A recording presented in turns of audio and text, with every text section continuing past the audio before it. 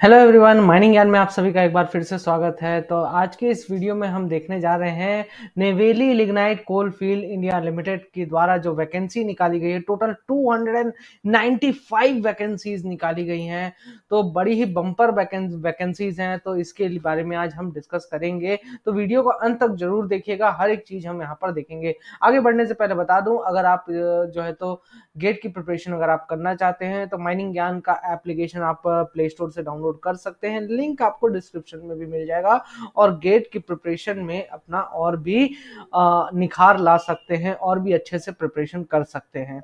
तो चलिए शुरू करते हैं बिना किसी देरी के। तो Neyveli lignite coalfields India limited ने वैकेंसी निकाली है। अब इस वैकेंसी में इसने जो है तो अलग अलग ब्रांचेस के लिए वैकेंसी निकाली, जैसे कि आपको मैकेनिकल हो गया। मैकेनिकल में टोटल 120 पोस्ट निकाली गई हैं, जैसा कि आप देख पा रहे हैं कि जनरल के लिए 33 पोस्ट है, ईडब्ल्यूएस के लिए 8, इस तरीके से टोटल 120 पोस्ट है इसमें। ठीक है, अब इसमें दो जगह की वैकेंसीज निकाली गई है, एक तो थर्मल पावर स्टेशन के लिए और एक तो माइंस के लिए। ठीक है, तो थर्मल पावर स्टेशन का अलग है और ये माइंस का अलग है। ठीक है, और टोटल इसको मिला के 120 हो रहा है। इसी प्रकार से इलेक्ट्रिकल डिपार्टमेंट वाले अगर कोई हैं तो उनके लिए वैकेंसीज निकाली है, 71 थर्मल पावर स्टेशन में, और आपका 38 जो है तो टोटल माइंस के लिए 109 वैकेंसी है। सिविल के लिए 15 थर्मल पावर स्टेशन के लिए और 13 माइंस के लिए, टोटल 28 वैकेंसीज हैं। माइनिंग की अगर बात करें तो थर्मल पावर स्टेशन में कुछ नहीं है, लेकिन वहीं पे अगर माइंस की बात करें तो माइंस में टोटल 17 वैकेंसीज निकाली हैं, जिसमें से कि 11 वैकेंसीज आपका किसके लिए है, जनरल के लिए है। उसके बाद एक वैकेंसी आपका ईडब्ल्यूएस के लिए है, 4 वैकेंसी आपकी ओबीसी के लिए है और एक वैकेंसी आपका एसटी के लिए है। ठीक है, तो ये याद रखिएगा। ये आपका जनरल का है, जनरल का है। ठीक है, ये आपका ईडब्ल्यूएस एंड 4 आपका ओबीसी एंड 1 आपका एसटी। ठीक है, तो ये याद रखिएगा, ये इतनी वैकेंसीज जो है तो इसके द्वारा निकाली गई है। ऐसे ही कंप्यूटर साइंस का भी निकाला गया है, 18 वैकेंसीज पावर प्लांट में और 3 वैकेंसीज जो है तो आपका माइंस के लिए।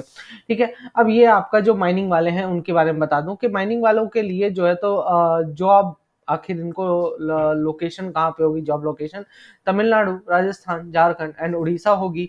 अब आपका एलिजिबिलिटी क्या है, इसके लिए एलिजिबिलिटी है गेट का स्कोर कार्ड, गेट 2023 का स्कोर कार्ड के बेसिस पे जिसने भी एग्जाम दिया उसके बेसिस पे सभी का सिलेक्शन किया जाएगा।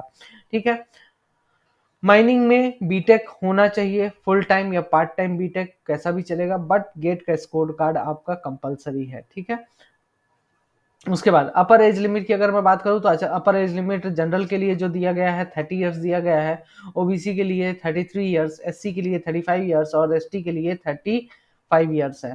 ठीक है, इसमें जो पोस्ट है E2 ग्रेड का पोस्ट है। ठीक है, ग्रेजुएट एग्जीक्यूटिव ट्रेनी के रूप में आपको रखा जाएगा। 50,000 से लेके 1,60,000 तक आपका पे स्केल होगा।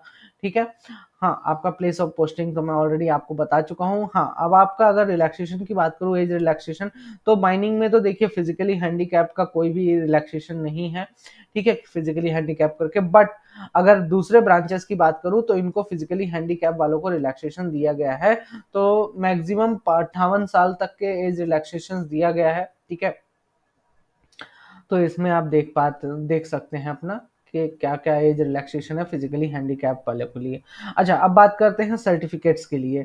तो सर्टिफिकेट, अगर कोई सर्टिफिकेट आपको जो जारी करना है, ओबीसी वाले जो है तो वो सर्टिफिकेट उनका जो है तो ज्यादा पुराना नहीं होना चाहिए, मतलब 1/4/2023 के बाद का सर्टिफिकेट ही वैलिड होगा, ऑन और आफ्टर। ठीक है, इसके बाद का ओबीसी वालों के लिए। और ईडब्ल्यूएस वाले अगर कोई अप्लाई करना चाह रहे हैं तो इनका सर्टिफिकेट जो है तो 1/4/2023 के बाद का इनका भी सर्टिफिकेट होना चाहिए। ठीक है, तो सर्टिफिकेट ईडब्ल्यूएस का जिसके पास बहुत पुराना है तो वो अपना नया बनवा लें। ठीक है, तो ये चीज याद रखनी है। अब बात करते हैं मेथड ऑफ सिलेक्शन की। तो इसमें क्या है कि आपका गेट का स्कोर कार्ड जो है तो उसका कंसिडर किया जाएगा 80 मार्क्स का, एंड उसके बाद जो है तो पर्सनल इंटरव्यू आपका 20 मार्क्स का जो है तो कंसिडर किया जाएगा। इसी के बेसिस पे आपका स्कोर कार्ड जो है तो, स्कोर कार्ड के बेसिस पे आपको जो है तो जॉब पे रखा जाएगा, ठीक है, रिक्रूटमेंट किया जाएगा। अब कितने लोगों को बुलाया जाएगा, तो 1:6 के रेशियो में जो है तो बुलाया जाएगा, ठीक है। 6 गुना कैंडिडेट्स को बुलाया जाएगा पर्सनल इंटरव्यू के लिए। अगर कहीं पर भी कट ऑफ क्या होता है, टाई होता है, ठीक है, एक से अधिक कैंडिडेट अगर सेम मार्क्स स्कोर करते हैं 100 में से, तो उस केस में जो है तो इशू कैसे रिजॉल्व किया जाएगा, डेट ऑफ बर्थ के बेसिस पे जो सीनियर मोस्ट पर्सन होगा उसी को जो है तो जॉब दी जाएगी, उसी का रिक्रूटमेंट किया जाएगा, ठीक है। तो ये बातें ध्यान में रखिए। अब अप्लाई करने के लिए आपको जो है तो इसकी वेबसाइट पे जाना है, एनएलसी की वेबसाइट पर, वहां पर आप अप्लाई कर सकते हैं, ठीक। कैंडिडेट्स को अगर कहीं भी कोई दिक्कत जाती है तो ये हेल्पलाइन नंबर पे कॉल कर सकते हैं, ये हेल्पलाइन नंबर दिया हुआ है। सुबह 10 बजे से लेकर शाम को 5 बजे तक वर्किंग डेज में, मंडे टू सैटरडे, ठीक है। या कि फिर ये ईमेल भी कर सकते हैं, help.recruitment@nlcindia.in पर ईमेल भी कर सकते हैं, ठीक है। हाँ, अब कैंडिडेट्स को ये बोल रहा है कि टेलीफोन करके डिविजनल टेलीफोन नंबर्स पे कांटेक्ट मत करिएगा, जो दिया है उसी पे कांटेक्ट करिएगा, ठीक है। हाँ, अब जो भी लोग जॉब करने जा रहे हैं, जो इसमें ज्वाइन करने का सोच रहे हैं, उनको सीधे सीधे ये है, एनएलसी के द्वारा बोला जा रहा है कि आपसे एक बॉन्ड भरवाया जाएगा, सर्विस एग्रीमेंट बॉन्ड, ठीक है, जो कि 3 लाख रुपए का होगा, है ना। और ये 3 साल के लिए होगा कि मतलब ट्रेनिंग कंप्लीट होने के बाद 3 साल के लिए, कम से कम 3 साल के लिए आपका जो है तो बॉन्ड भराया जाएगा 3 लाख रुपए का, ठीक है। अगर आप बीच में छोड़ते हैं तो आपको 3 लाख रुपए देने पड़ सकते हैं, ठीक है। हाँ, ऑनलाइन एप्लीकेशन भरने के बाद आपको जो है तो उसका प्रिंट आउट जरूर निकाल लें, ठीक है, ये जरूरी है। वो जब आप डॉक्यूमेंट वेरिफिकेशन के लिए जाएंगे तो उसे अपने साथ में लेके जाना है, with self attested copies of certificates and documents, ठीक है।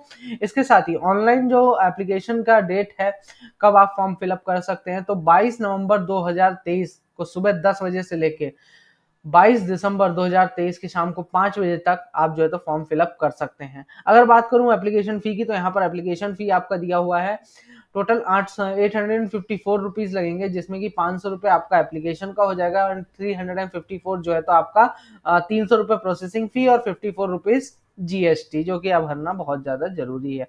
हाँ, ST SC and physically handicap लोगों को जो है तो कैंडिडेट्स को छूट दी गई है, एप्लीकेशन फी उनसे नहीं लिया जा रहा है। हाँ, लेकिन प्रोसेसिंग फी तो लगेगा ही, ठीक है। तो वो 300 प्लस 18% जीएसटी, तो 354 रुपीज आपको पे करना पड़ेगा।